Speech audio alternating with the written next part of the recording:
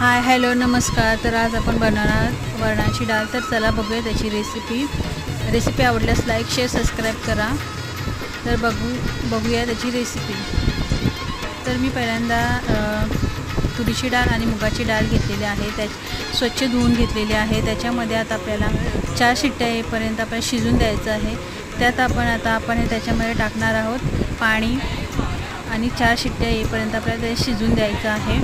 हे बघा शिट्टी आलेले आहे. हे बघा आपल्या अशा पद्धतीने डाळ शिजून झालेले आहेत. तडका देण्यासाठी आपण तेल घेतलं आहे.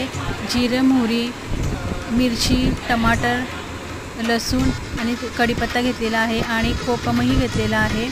आपला तडका रेडी झालेला आहे. त्यात आपल्याला शिजलेली डाळ घालायची आहे आणि चवीनुसार मीठ घालायचं आहे. हे बघा